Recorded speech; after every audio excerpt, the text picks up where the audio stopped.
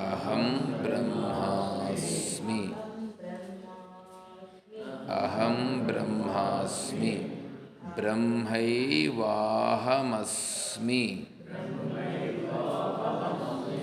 బ్రహ్మైవాహం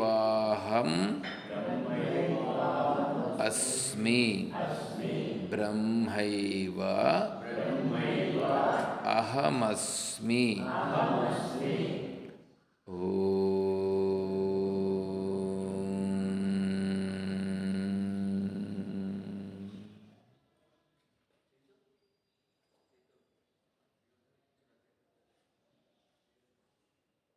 అందరూ రెండు పాదములు నేలకు ఆనేటట్లు కూర్చోండి.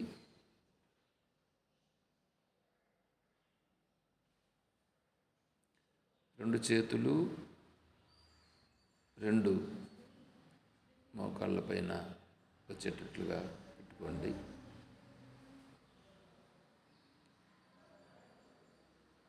చూపుడు వేలు బొటన వేలుతో కలపండి. మిగిలిన 3 వేళ్ళు చాపండి. దీనిని జ్ఞానముద్ర అంటారు. ఇలా జ్ఞానముద్ర పెట్టేదాని వలన నేను జ్ఞానస్వరూపుడను, ఆ జ్ఞానస్వరూపమే నేను, ఆ అనుభవమును నేను పొందుట అనే దాని కొరకు నేను ఇప్పుడు ప్రయత్నం చేస్తున్నాను అని ఈ ముద్ర యొక్క అర్థం. తర్వాత నడుము, వెనుముక, మెడ అంతా నిటారుగా పెట్టండి. కళ్ళను తేలికగా మూసుకోవాలి.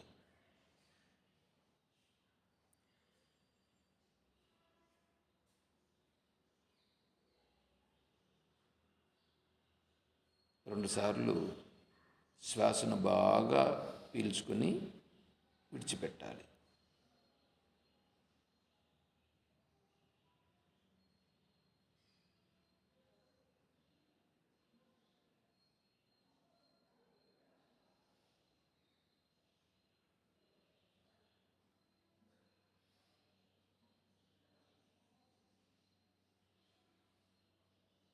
నేను ఇప్పుడు భగవద్భావనను జపము చేస్తూ ధ్యానము చేస్తూ ఆ భగవద్భావనను అనుభవంలోనికి తెచ్చుకునుట కొరకు నేనిప్పుడు ప్రయత్నిస్తున్నాను.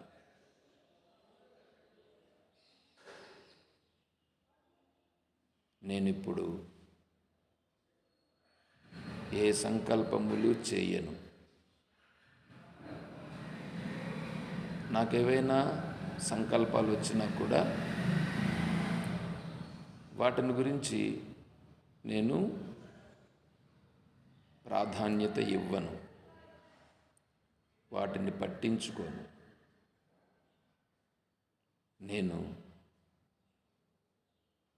నేనుగా ఉండుట అనేటువంటి ఆ అనుభవమును, ఆ అనుభూతిని పొందుట కొరకు ఇప్పుడు ప్రయత్నిస్తున్నాను. అహం బ్రహ్మ, ఇదంతా కూడా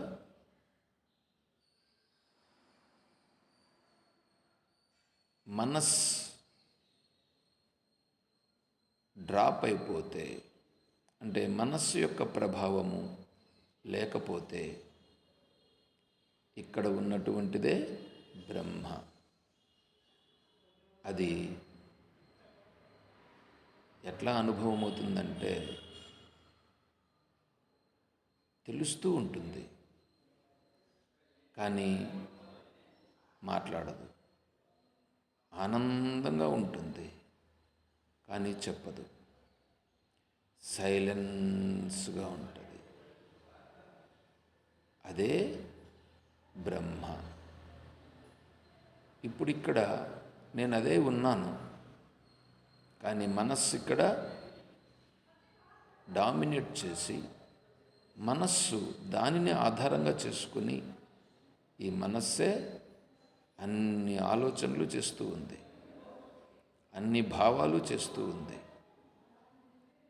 కాబట్టి నేను ఈ మనస్సుని సైలెన్స్గా పెడతాను. సైలెన్స్గా పెట్టడం అనేది ఏమీ లేదు, నేను దానికి ప్రాధాన్యత ఇవ్వను, అంతే. నేను మనస్సుకు ప్రాధాన్యత ఇవ్వకుండా ఉండటయే నేను ఇప్పుడు ఇక్కడ చేస్తున్నటువంటి అభ్యాసం.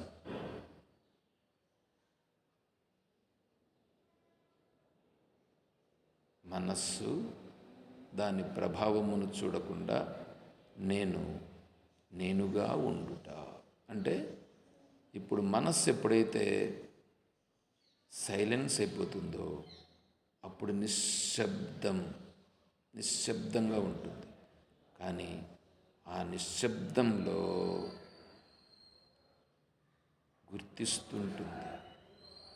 గుర్తిస్తుంది, అన్నీ తెలుస్తుంటాయి కానీ దానికి పేరు పెట్టదు. దాని పేరు పెట్టాలంటే మనస్సు ఉండాలి. నేను ఇప్పుడు మనస్సు కాదు.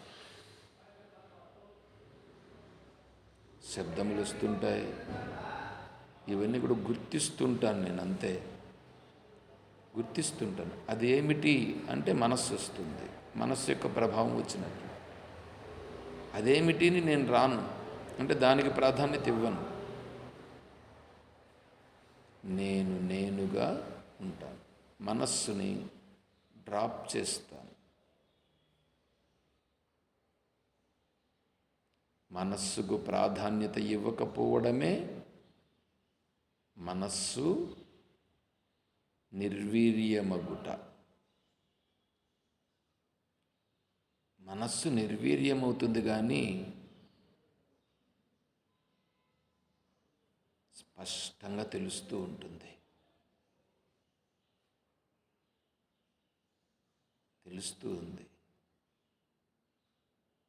సైలెన్స్గా ఉంది కానీ తెలుస్తూ ఉంది. ఆ తెలుస్తూ ఉన్నది ఏదో అది నేను. శాంతిగా ఉన్నది, ఇది నేను.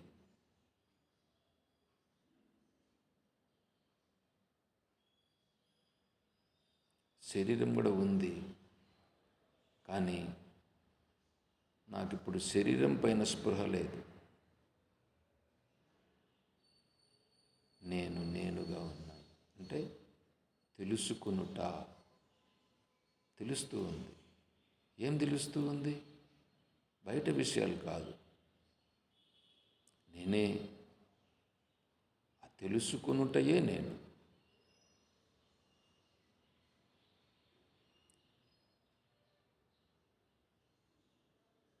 సైలెన్స్గా ఉంది, తెలుసుకుంటూ ఉంది, శాంతిగా ఉంది.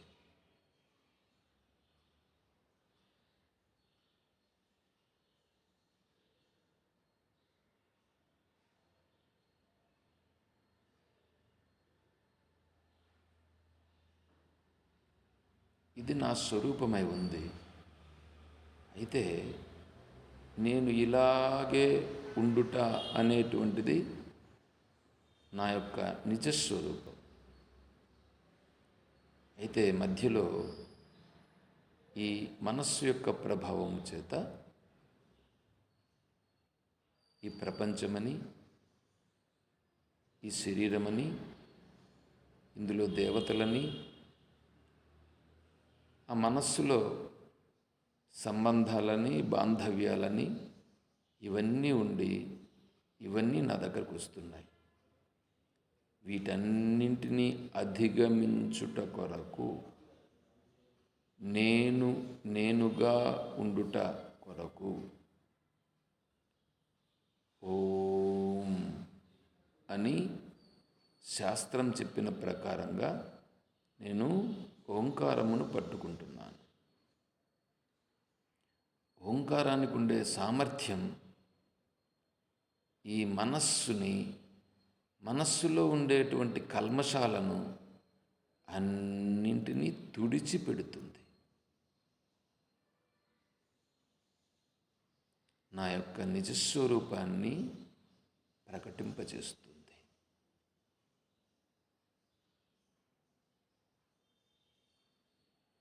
అటువంటి ఓంకారాన్ని ఇప్పుడు నేను జపిస్తున్నాను, భావిస్తున్నాను, అందులో ఉంటున్నాను. ఓంకారం చెప్తూ సైలెన్స్లోకి వెళ్తున్నాను. ఆ సైలెన్సే నా స్వరూపం.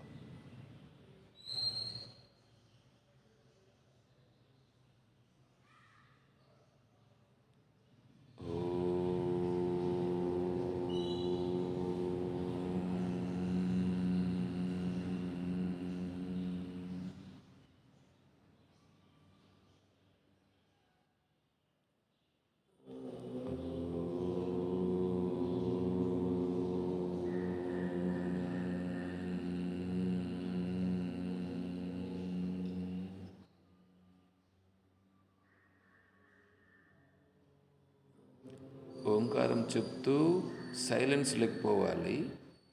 ఆ సైలెన్స్గా ఉండాలి. ఓంకారం చెప్పి సైలెన్స్ లేకపోవాలి.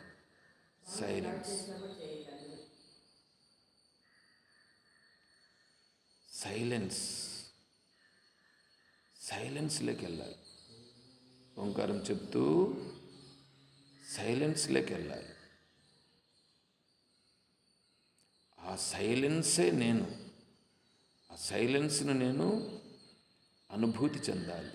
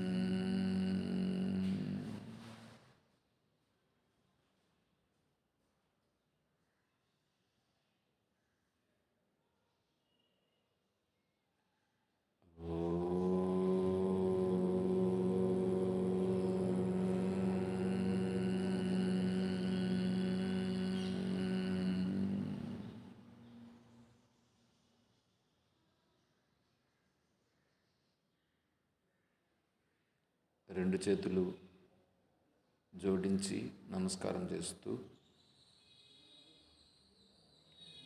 ఓం శివోహం.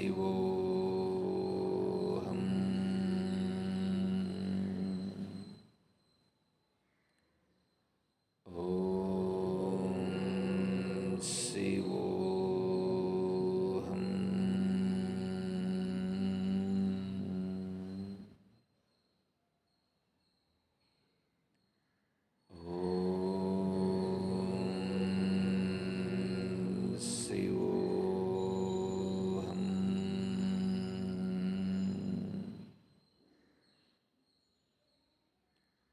రెండు చేతులు తొడలపైన పెట్టుకొని కొంతసేపు ఫ్రీగా విశ్రాంతిగా కూర్చొని అదే భావనలో ఉండండి. ఏ మంత్రము లేదు, ఏమీ లేదు, సైలెన్స్.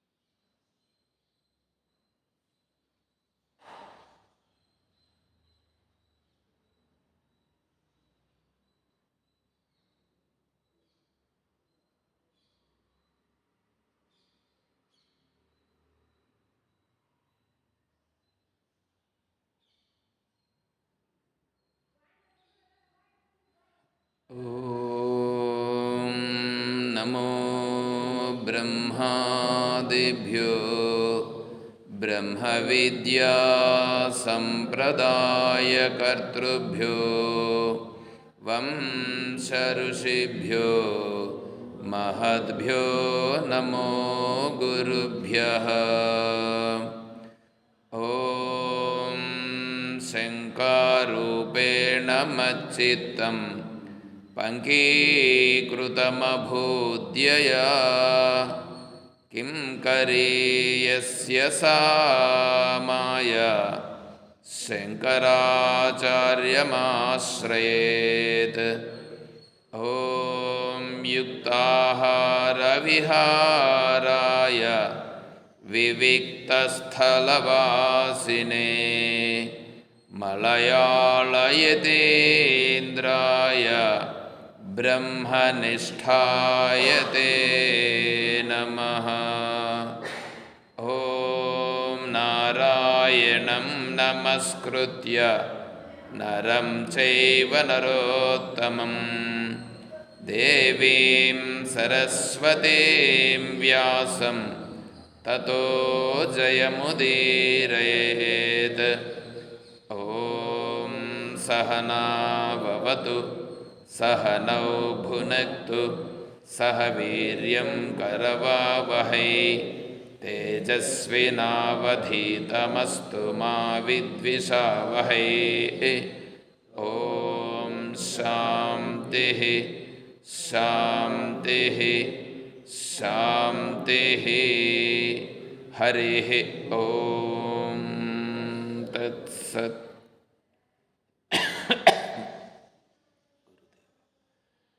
పరిపూర్ణ పరబ్రహ్మస్వరూపులకు ప్రియాత్మ బంధువులారా, ఓం. ప్రశ్నోత్తరిలో మనం ఉన్నాం. ఇప్పుడు ఇక్కడ సేతే సుఖం కస్తు సమాధినిష్టో జాగర్తికో వా సదసద్వివేకీ కే శత్రవః సంతి నిజేంద్రియాణి తాన్యేవ మిత్రాణి జితాని యాని.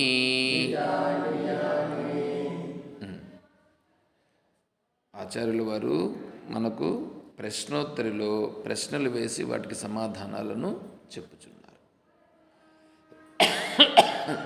ఇక్కడ జాగర్తికోవా, మేలుకున్నవాడు ఎవరు? సద్ అసద్ వివేకి. అమ్మగారు మీరు కొంచెం జరుపుకోండి ఇట్లా. మీ ముఖాన్ని నాకు కనిపించాలి. మీరు కొంచెం జరుపుకోండి అమ్మగారు. సుగుణమ్మ గారు ఇట్లా సరిపోతుంది. సరే.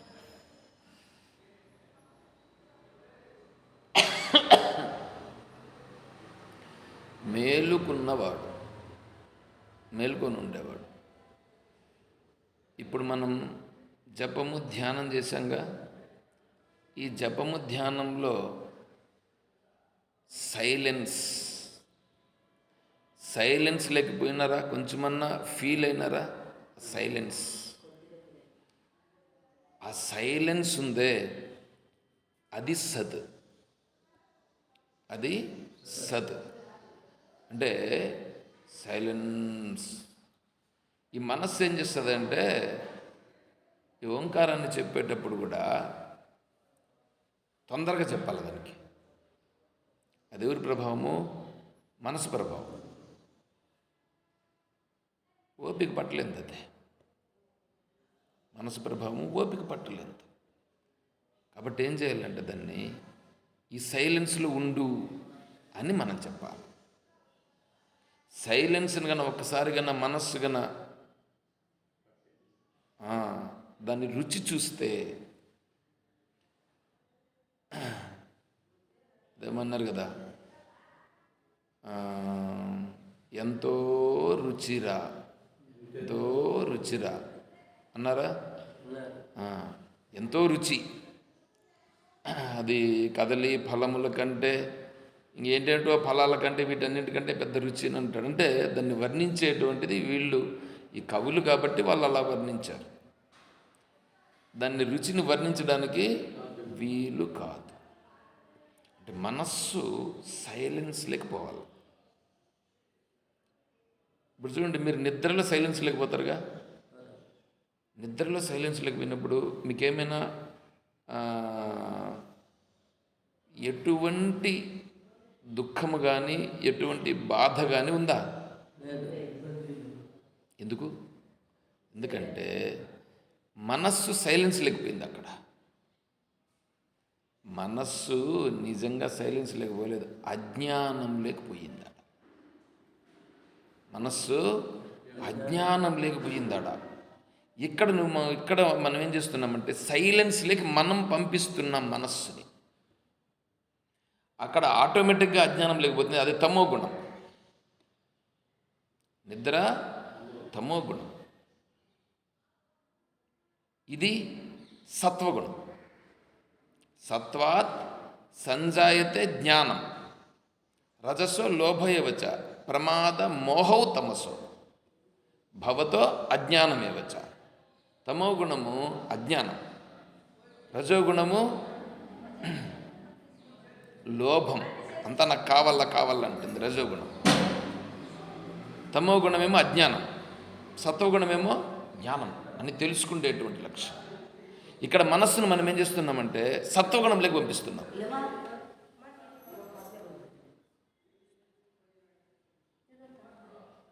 అక్కడే వచ్చినట్టు చూడమ్మా.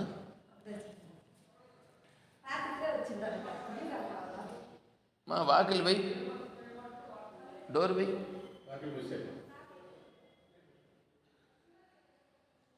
ఇప్పుడు మనం ఏం చేయాలంటే మన మనస్సుని పని కట్టుకొని సత్వగుణంలోకి పంపించాలి. మీకేమన్నా అర్థమవుతుందమ్మా? మీకే మనస్సును పని కట్టుకొని సత్వగుణంలోకి పంపించాలి. ఎందుకంటే మనస్సు సత్వగుణం లేకపోయిండేది తక్కువ. దాన్ని ఇప్పుడు మనం ఏం చేయాలా? సత్వగుణంలోకి పని కట్టుకొని దాన్ని పంపించాలి. మనస్సు ఏం చేసిందంటే ఈ సత్తుని ఆధారంగా చేసుకొని, మనం చెప్పినాం కదా, రాజు బామర్ది ప్రభావం ఉంది కదా. రాజును వెనకాల పెట్టుకొని వీడు చలాయిస్తుంటాడు. వీడు ఎట్లుంటాడంటే, ఇప్పుడు మినిస్టర్లు ఉంటారు, మినిస్టర్ వాళ్ళ బంధువులు ఉంటారు.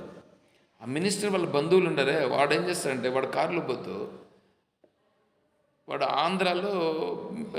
ఆంధ్రాలో మినిస్టర్కి సంబంధించినటువంటి బంధువు ఒకడు, కర్ణాటకలో మినిస్టర్ది అనేసి ముందర బోర్డు పెట్టుకొని కారులో పోతూ వాడు ఇష్టం వచ్చినట్లు పోతూ ఉంటాడు.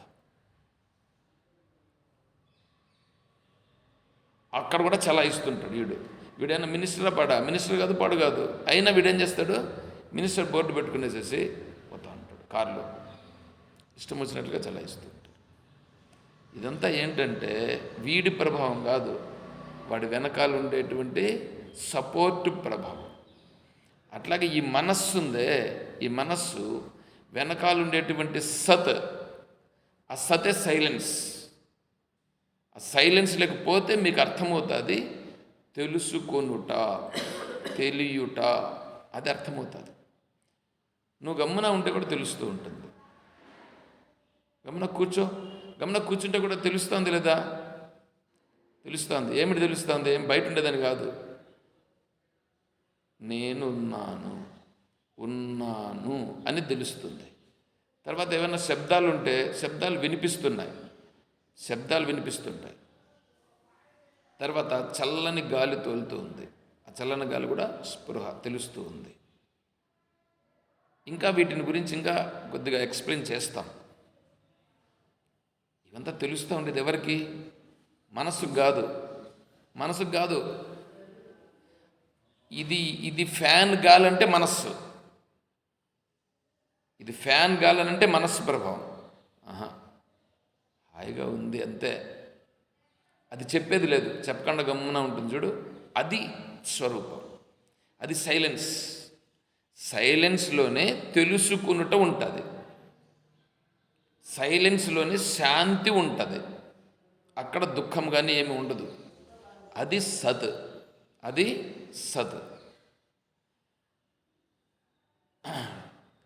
ఆత్మా సత్, తద్ వ్యతిరిక్తం సర్వమసత్. ఆచార్యుల వారు అపరోక్షానుభూతి గ్రంథంలో చెప్తున్నారు. ఆత్మ సత్, ఆత్మయే సత్, సతే ఆత్మ, దానికంటే వ్యతిరేకమైనదంతా కూడా అసత్. ఇప్పుడు నాకు అనుభవంలోకి తెచ్చుకోవడం కోసం ఇప్పుడు చూస్తే ఈ సైలెన్స్ ఉంది కదా, ఈ సైలెన్స్ సత్.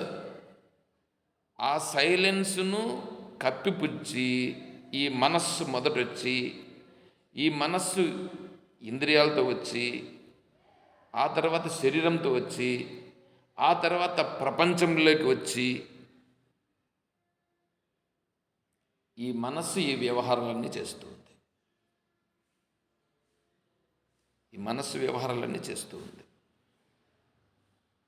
ఇప్పుడు మీకు సైలెన్స్ మీకు అనుభవంలోకి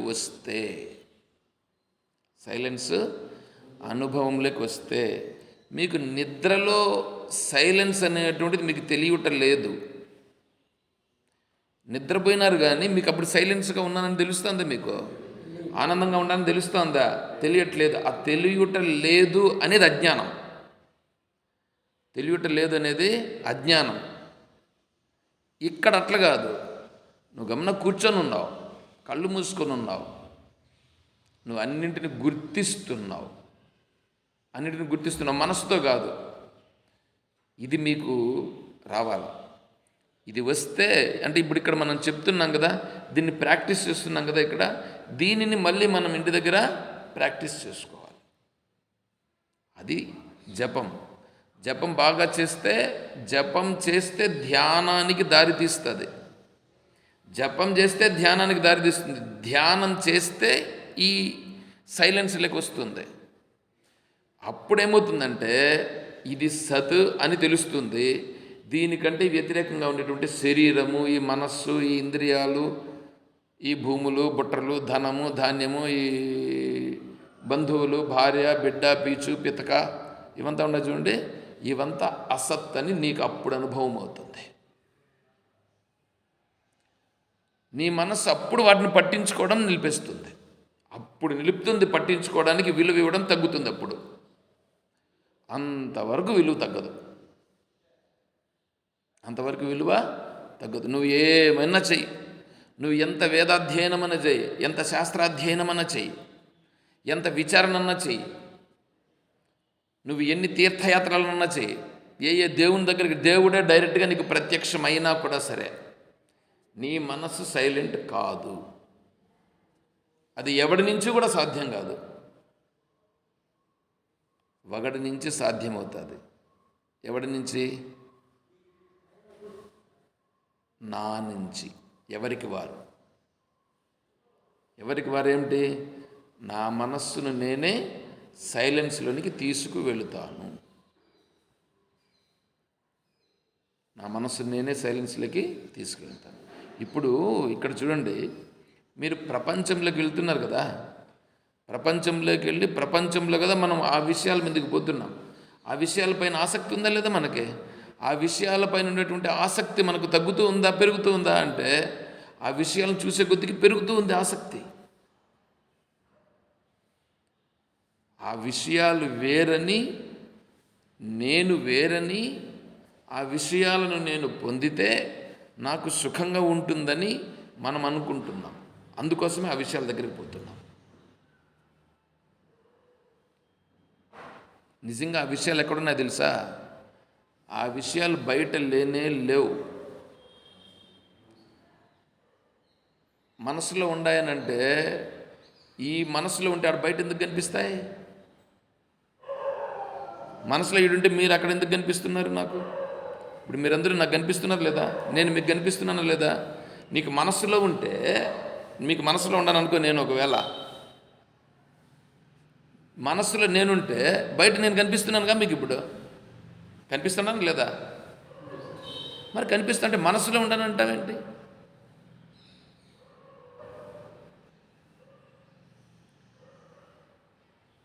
మనస్సు అంటే ఏంటి అది తెలుసుకుంటే నీకు తెలుస్తుంది. ఈ మనస్సు ఇది రాజు. ఈ శరీరంలో దీన్నంతటిని నడిపించేటువంటి రాజు. రారాజు వెనకాల ఉండేటువంటి చైతన్యం. రారాజు. రాజాధిరాజాయ ప్రసహ్య సాహినే నమో వయం వై శ్రవణాయ కుర్మహే. రాజాధిరాజాయ, ఆయన ఎవరు? రాజులకు రాజు, రాజులకు రాజు. ఇప్పుడు మనస్సును గురించి చూస్తాం. ఇప్పుడు ఆకాశం ఉందండి. ఆకాశంలో ఇవి ఒకటొకటే వచ్చినా లేదా? ఏవి? గ్రహాలు, గోళాలు, భూమి, ఇవన్నీ వచ్చిందిగా. వచ్చిన తర్వాత ఇప్పుడు ఏ గ్రహంలో ఎవరెవరు ఉన్నారో మనకు తెలియదు, కానీ భూమి మీద మాత్రము మనుషులు ఉన్నారు, ఇది తెలుస్తుందిగా. మిగతా గ్రహాల్లో ఎవరున్నారో ఎవరికైనా తెలుసా? ఎవరికైనా తెలియదు.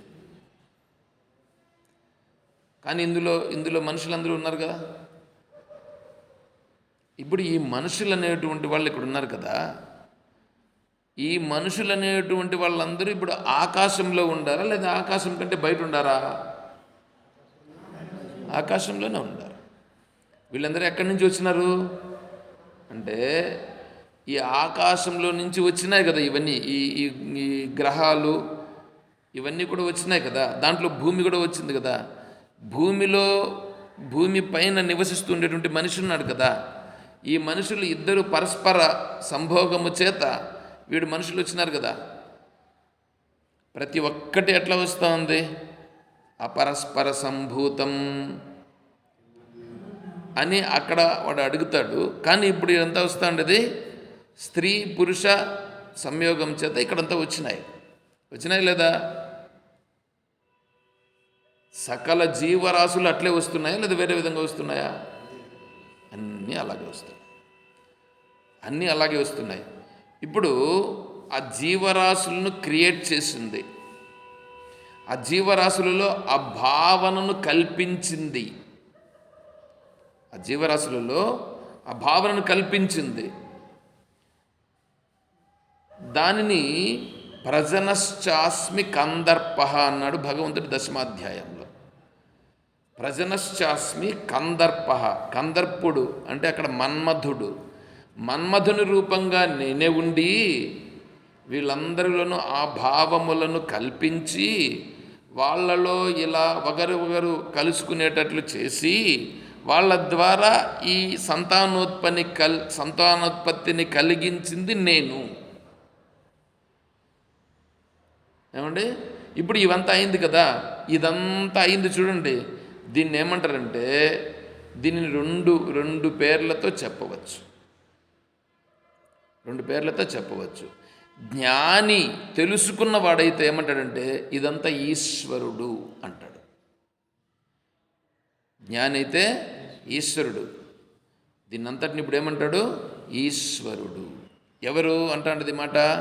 జ్ఞాని. జ్ఞానరూపంగా చూస్తున్నాడు దీన్నంతా జ్ఞానరూపంగా చూసి ఈశ్వరుడు అని అంటాడు. ఇప్పుడు ఇదంతా ఎవరు? ఈశ్వరుడు. జ్ఞాని. ఇప్పుడు ఇతను జ్ఞాని. అదే జ్ఞాని ఇక్కడ వీళ్ళు మోహావేశంతో పడున్నారని అనుకోండి. వీళ్ళందరినీ మోహావేశంతో ఉండేటువంటి వాళ్ళని చూశాడు అని అనుకోండి. దానిని ఏమంటాడంటే అది మాయా అంటాడు. జ్ఞానే అంటున్నాడు. ఇప్పుడు జ్ఞానే ఒకప్పుడు ఏమన్నాడు? ఈశ్వరుడు అన్నాడు. ఇంకొకప్పుడు ఏమన్నాడు? మాయా అన్నాడు. మాయాని ఎందుకన్నాడు? వీళ్ళలో ఉండేటువంటి మోహావేశములు, వీళ్ళలో ఉండేటువంటి లోభము, వీళ్ళలో ఉండేటువంటి సత్వగుణము ఇవన్నీ ప్రకటమవుతున్నాయే. ఇదంతా ఏమిటి? మాయా. ఇది చెప్తాండి. ఇది జ్ఞాని, తెలిసిన మహానుభావుడు చెప్తున్నాడు. తర్వాత ఈశ్వరుని యొక్క వైభవాన్ని చెప్తున్నాడు అనుకో, అంటే దీంట్లో ఉండేటువంటి గొప్పతనాన్ని, వైభవాన్ని చెప్తున్నాడు అనుకో, అప్పుడు ఈశ్వరుడు అని చెప్తాడు. దానినే ఈశ్వరుడు అన్నాడు, దాన్నే మాయా అన్నాడు. ఆ మాయే ఈ శరీరమునందు మనస్సు రూపముగా ఉన్నది. ఆ మాయే ఈ శరీరం నందు మనస్సు రూపముగా ఉన్నది. ఇప్పుడు మనస్సు అని మీరు తీసుకోండి. ఇప్పుడు మీ మనస్సు ఇప్పుడెవరు? మాయా. ఇప్పుడు మాయ ఎక్కడుంది? నీ మనస్సు రూపంగా నీలో ఉంటూ సర్వము ఉన్నది. నీలో మనస్సు రూపంగా ఉంటూ సర్వము ఉన్నటువంటిది ఆ మనస్సే. అర్థమవుతుందా? ఈ సకల బ్రహ్మాండములుగా ఉన్నదంతా కూడా ఈ మనస్సే. ఇది మీకు నేను ఇక్కడ ఏం చెప్తున్నానంటే దీన్ని ఏమంటారంటే కోడిగుడ్డు అని అనుకోండి. కోడిగుడ్డును మీకు ఏం చేస్తున్నానంటే పైన మీకు చూపిస్తాం. ఇట్లా పైన చూపిస్తే ఏం కనిపిస్తుంది మీకు? పైన పెంకు కనిపిస్తుంది. పైన పెంకు కనిపిస్తుంది కదా. ఇప్పుడు నేను మీకు పెంకును చూపిస్తున్నా ఇక్కడ, అంతే. పైన పెంకును చూపిస్తున్నా అంటే మాయా అంటే ఏమిటి అని పెంకును చూపిస్తున్నా. ఈశ్వరుడు అంటే ఏమి? పెంకును చూపిస్తున్నా. దాని లోపలికి పోతే కదా మీకు దాని యొక్క విషయాలన్నీ తెలిసేది. కాబట్టి ఫస్ట్ పైన పైన పైన చెప్తున్నా నేను. ఇది ముందు మీరు కొంచెం అర్థం చేసుకుంటే అప్పుడేమవుతుందంటే మీరు గుర్తించి అప్పుడు మీరు బయట పోయినప్పుడు బయట విషయాల్లోకి పోతున్నారని అనుకోండి. బయట విషయాలకి వెళితే ఇప్పుడు మనస్సు చేస్తూ ఉంది అంటే మనస్సు చేస్తూ ఉండేదే మనస్సే మాయ చేపిస్తున్నది. మాయ చేపిస్తుంది. మాయ ప్రభావం ఇక్కడ పనిచేస్తున్నది. చూసారా? అదే మీరు ఆహా ఎంత బ్రహ్మాండంగా జరుగుతుంది, ఎట్లా జరుగుతుంది, ఇదంతా భగవంతుని యొక్క వైభవం అని చూశారనుకో, అది ఈశ్వరుడు. ఈశ్వరుడు ఇక్కడే ఉన్నాడు, మాయ ఇక్కడే ఉంది. ఇప్పుడు ఈ బ్రహ్మాండం అంతా మీరు ఒకటి విని ఉంటారు, అండాండం పిండాండం. ఇది అండం, ఇది పిండం. తర్పణాలు విడిచిపెడతారు కదా, పిండాలు పెడతారు కదా, పిండాలు పెట్టేటప్పుడు ఎట్లా పెడతారు? పెద్ద పిండాలు పెడతారు, దానిపైన చిన్న పిండం పెడతారు. 3 పెద్ద పిండాలు 3 చిన్న పిండాలు పెడతారు కదా. ఏంటి 3 పెద్ద పిండాలు?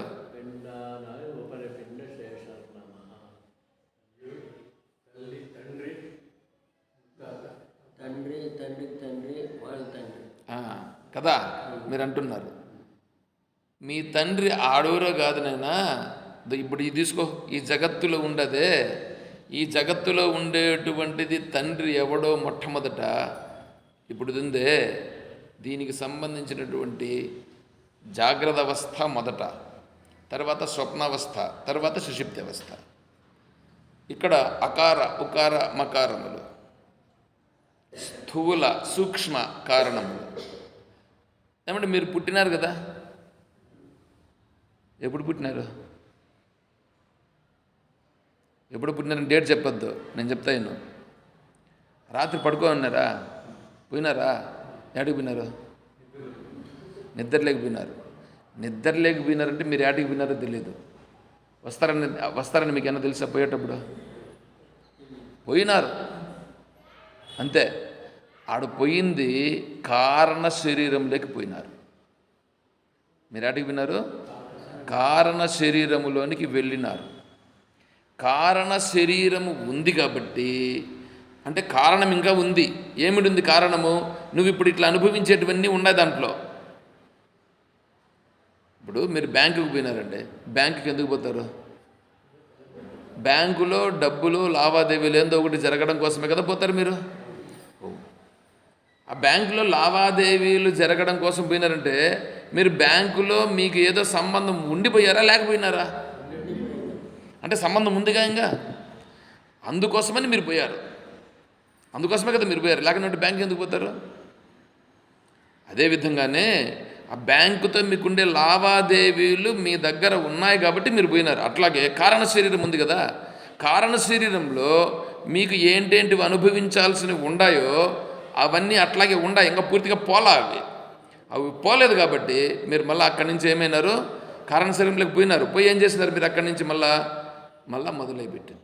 అక్కడి నుంచి ఇప్పుడు వచ్చినారు. మీరు ఎక్కడి నుంచి వచ్చినారు? ఇప్పుడు కారణ శరీరములో నుంచి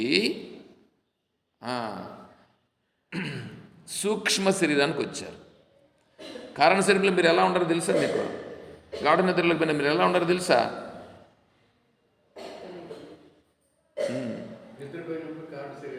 అవును, నిద్రపోయింది మీకు కారణ శరీరం. గాఢ నిద్రయే కారణ శరీరం. గాఢ నిద్ర లేకపోయినారు. ఇప్పుడు గాఢ నిద్రలో నుండి మళ్ళా మెలకు వచ్చిందా లేదా? ఆ మెలకు రావడం సూక్ష్మ శరీరం. ఇప్పుడు ఉండేది స్థూల శరీరం. అంటే కారణ శరీరము దీని అంతటికి మూలము. ఇప్పుడు నువ్వు ఉండేదానికంత మూలం ఎవరు? కారణ శరీరం. కారణ శరీరంలో ఉంది కాబట్టి కారణ శరీరంలో నుంచి నువ్వు తీసుకొని వచ్చినావు ఇప్పుడు ఇక్కడికి. కారణ శరీరం ఎవరు? మీ తాత. అర్థమవుతుందా? కారణ శరీరం మీ తాత, సూక్ష్మ శరీరం మీ నాన్న, ఇప్పుడు నువ్వు. చూసావా? అది పిండాలు, పెద్ద పిండాలు. ఈ చిన్న పిండాలు ఉన్నాయి చూడు. ఇప్పుడు నువ్వు చూసుకో, జాగ్రత్త, స్వప్న, సుషుప్తులు అనేటువంటివి మీకున్నాయే, ఇవి చిన్న చిన్న పిండాలు. ఇదంతా సకల బ్రహ్మాండాన్ని గురించి చెప్పినటువంటిది పెద్ద పిండం. చిన్న పిండం చెప్పేది నీ అనుభవంలో ఉండేటువంటి జాగ్రత్త, స్వప్న, సుషుప్తులు అనేటువంటివి. ఇప్పుడు సకల సృష్టి నువ్వు ఉన్నట్లుగానే నువ్వు ఇప్పుడు జాగ్రత్తలో ఉన్నావు, స్వప్నంలోకి పోయినావు, సుషుప్తిలోకి పోయినావుగా. అలాగే ఈ సకల బ్రహ్మాండం అంతా ఉందిగా. ఈ సకల బ్రహ్మాండం అంతా ఇప్పుడు ఇదంతా స్థూలం కదా. దానికి నీకు స్థూల శరీరం ఉన్నట్లు ఇదంతా స్థూలం. ఎవరికి? ఈశ్వరునికి. ఆ ఈశ్వరుడు అంటే ఎవరు? నువ్వే. ఆ ఈశ్వరుడు నువ్వే ఈశ్వరుడు. కానీ నువ్వు వేరని, ఈశ్వరుడు వేరని నువ్వు అనుకుంటున్నావు. అది చేసింది ఎవరు? మాయ. అదే మనస్సు. ఆ మనస్సే నీకు చేసింది. ఈ మనస్సు నిన్ను వేరుగా, ఈ జగత్తు వేరుగా చేసింది. ఇది మాయ. అదే జ్ఞానం వచ్చింది. జ్ఞానం వచ్చిన వెంటనే నేను చెప్పుకున్నాం కదా, నేను ప్రజ్ఞానం బ్రహ్మ, అహం బ్రహ్మాస్మి తత్వమసి అయమాత్మ బ్రహ్మ అవి ఉన్నాయే, దాంట్లో పోతుంది, దాంట్లో వస్తాయి ఇవంతా విచారణలంతా ఇవంతా వస్తాయి.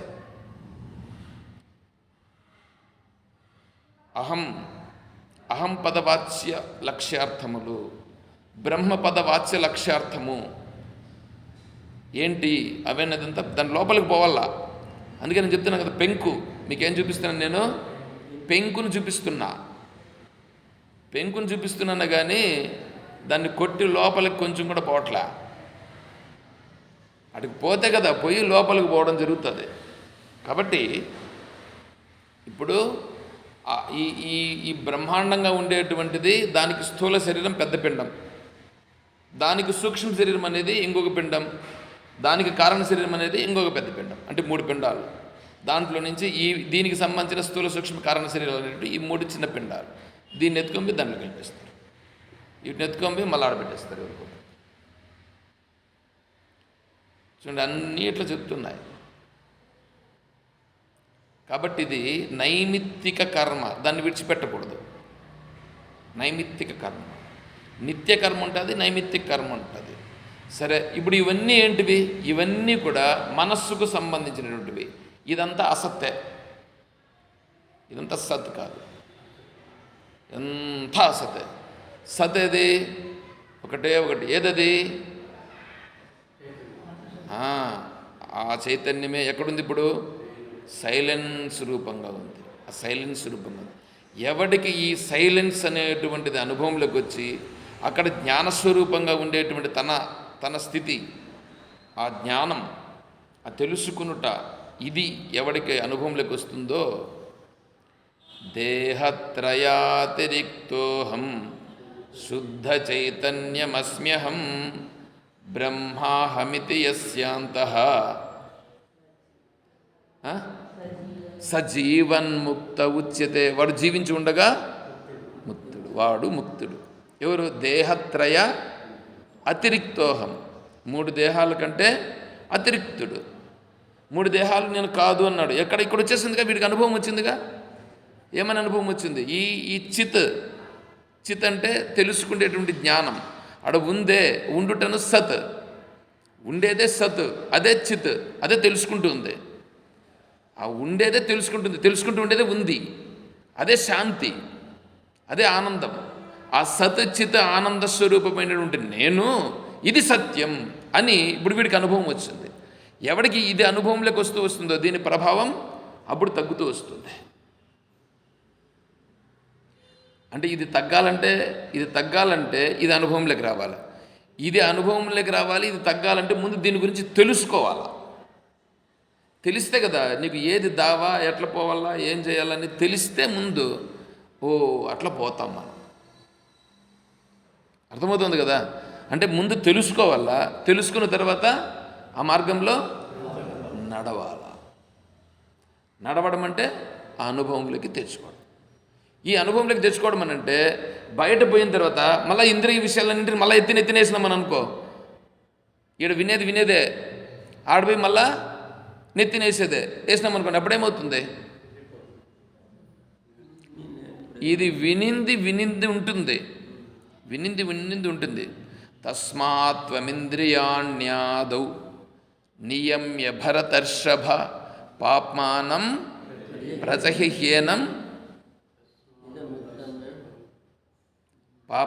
ప్రజహిహ్యేనం జ్ఞాన విజ్ఞాన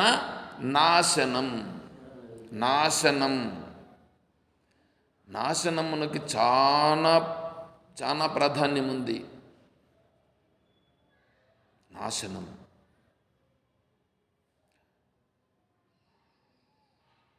బయట పోయి మీరు ఇప్పుడు ఈ మధ్యలో కూడా చెప్పినాను నేను. ఇప్పుడు స్వామీజీ దగ్గరికి వచ్చినారు, స్వామి నన్ను ఆశీర్వదించండి అని అన్నారు.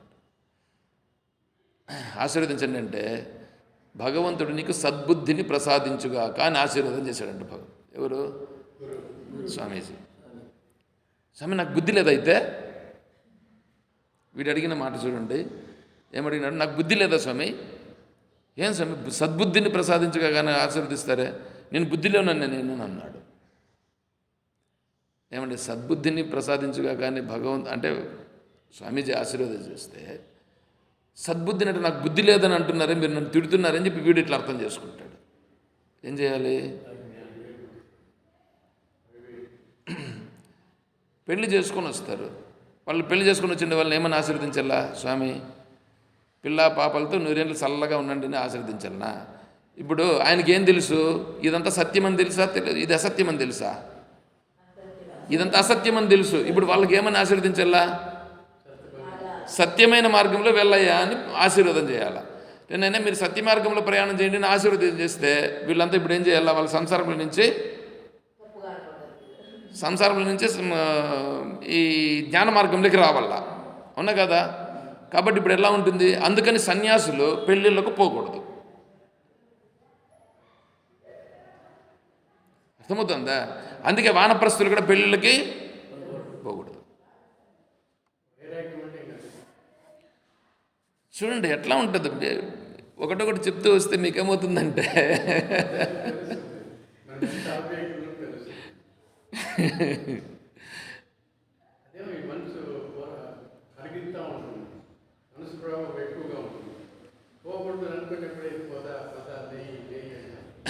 అంటే మనస్సుకి అంత బాగా మనము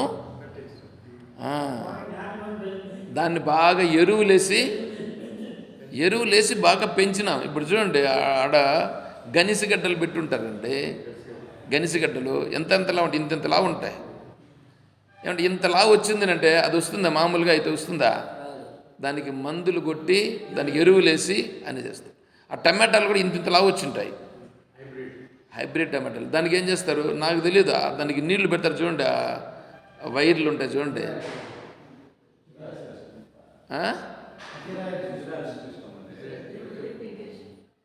డ్రిప్ ఇరిగేషన్. డ్రిప్పులో మందులు కలుపుతారంట.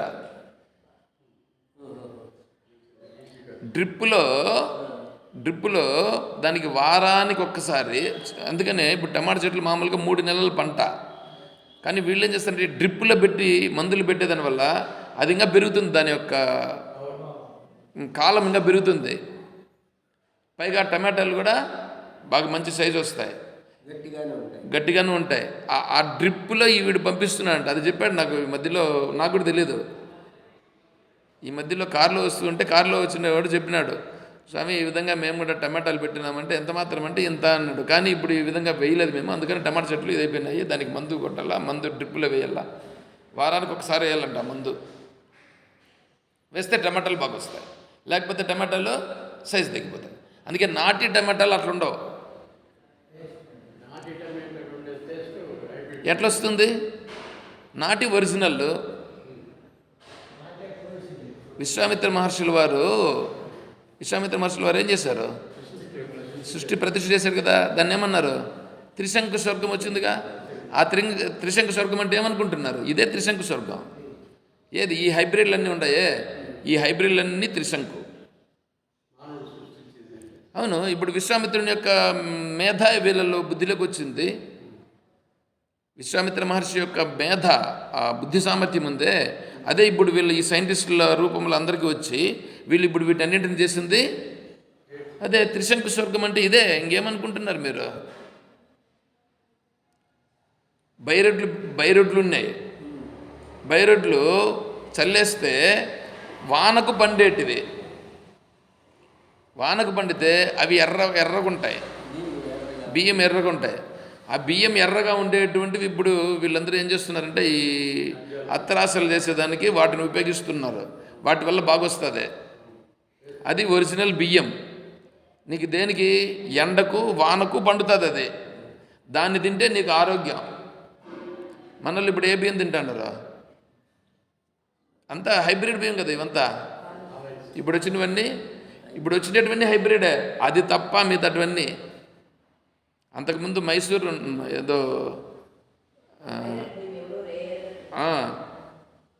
ఏంటో బియ్యాలన్నీ ఉన్నాయి. అవి ఏంటంటే 3 నెలల పంట ఇంత హైట్ వచ్చేది. మసూరి బియ్యం, సోనా మసూరి. ఇవంతా ఇంత హైట్ వచ్చేది, సన్నగా ఉండేది, బాగుండేది. అది కూడా మళ్ళీ వచ్చిందే. అయినా అంత హైట్ ఉండేది కదా. ఇప్పుడు ఎంత హైట్ ఉంది? ఇంత హైటు. ఇంతే. ఇంత హైట్ ఉంటుంది, నీకు తొందరగా పంట కావాల్సిన పంట. అందుకే వీడు కూడా ఎంత అవుతున్నాడు, వీడి బుద్ధులు కూడా ఎంత అవుతున్నాయి, వీడి బుద్ధి ఎంత ఉండాల్సింది ఎంత అయిపోతుంది, ఇంత పేట్లు పోతుంది. ఇదే విశ్వామిత్ర మహర్షులు వారు. ఎక్కడున్నారు ఇప్పుడు విశ్వామిత్ర మహర్షి? నిన్న ఉన్నాడు, చూడు ఎట్లా ఉందో. ఇదంతా ఏమిటి? దీన్ని గుర్తించు. జ్ఞానరూపంగా గుర్తిస్తే ఈశ్వరుడు, లేకపోతే మాయ. ఇప్పుడు మనం పోయి ఏం చేయాలంటే, మనం దాంట్లోకి పోయినప్పుడు ఇది మాయ అని గుర్తించి దాన్ని చూస్తూ ఉండాల. ఇది ఈశ్వరుడిని గుర్తించి ఈశ్వర భావంలో ఉండాల. నువ్వు అట్లా కాకుండా ఇట్లా కాకుండా చేస్తాడు, దాని లోపలికి దూరిపోతూ ఉంటావు. దేంట్లోకి దూరిపోతున్నావు? ఇప్పుడు అసత్తులోకి పోతున్నావు. అసత్తులోకి ఎంత కాలం పోతావో అప్పుడు నువ్వు అసత్తులోనే ఉంటావు, సద్భావన నీకు రాదు. అందుకు మనకు ఆచార్యుల వారు ఇక్కడ ఏం చెప్తున్నారు? మేలుకొనుట. మేలుకొనుట అంటే ఇప్పుడేంటి? సత్ అసత్ వివేకం. సదసద్ వివేకం ఉంటే అప్పుడు ఏమవుతుంది? నువ్వు పోయినప్పుడంతా ఓ ఇది మాయా, ఇది అసత్, ఇది సత్ అని గుర్తిస్తావు. అక్కడ చేసే విధానం ఇప్పుడు మారిపోతుంది, నీ ప్రవర్తన మారిపోతుంది. అది మేల్కొనుట. అది మేల్కొనుట. ఏమైనా అర్థమవుతుందా? నిద్రపోయి ఉండి మేల్కొనేది అది కాదు. మేల్కొనేది అది మామూలుగా లోకంలో ఉండేటువంటిది. వివేకం అంటే నిన్ను ఈ మేల్కొనుట నిన్ను మోక్ష మార్గంలోకి తీసుకుపోతావు, మోక్షాన్ని కలిగించు. ఈ వివేకం ఇప్పుడు చెప్తున్నా సదసద్ వివేకం మోక్ష మార్గంలోకి తీసుకుపోతుంది. మోక్షం అనంటే నీకు దుఃఖము లేకుండా నిర్మలంగా శాంతిగా ఉండుట. అర్థమైంది కదా? ఇది జాగ్రత్త అంటే ఇది మేల్కొనుట. తర్వాత కే శత్రవాసంతి నిజేంద్రియాన్ని తాన్యేవ మిత్రాన్ని చిత్తాన్ని అని, అది చిన్నగా ఉంది, అది మళ్ళీ చెప్తాను. దీన్ని చెప్తే ఇంకా లోపలికి ఎంతో చెప్పుకుంటూ పోవచ్చు. చాలు, కొంచెం అర్థమైందిగా? ఇప్పుడు అర్థమైందా? అర్థం కాలేదా? కాబట్టి మనం పోయినప్పుడు నేను అసత్తులోకి పోతున్నానా, సత్తులోకి పోతున్నానా? సద్భావన ఉందా, అసద్భావన ఉందా? సద్భావన అసద్భావన రెండు తెలియాలిగా. ఇప్పుడు రెండు తెలుస్తున్నాయి లేదా? ఇప్పుడు సద్భావన అంటే ఏమి, అసద్భావన అంటే ఏమి, రెండు తెలుస్తుంది. కాబట్టి సత్ అసత్ రెండు గుర్తించాలా. ఎప్పుడు గుర్తించాలా? ఎక్కడా గుర్తించాలా. అలా గుర్తిస్తూ ఉంటే అప్పుడేమవుతాం? మనము అసత్తులో పడకుండా సద్భావాన్ని పెంచుకుంటాం. అప్పుడు మనస్సు సద్భావనలోకి వస్తుంది. తద్వారా వివేకవంతుడై మనము మోక్షస్థితిని పొందుతాము.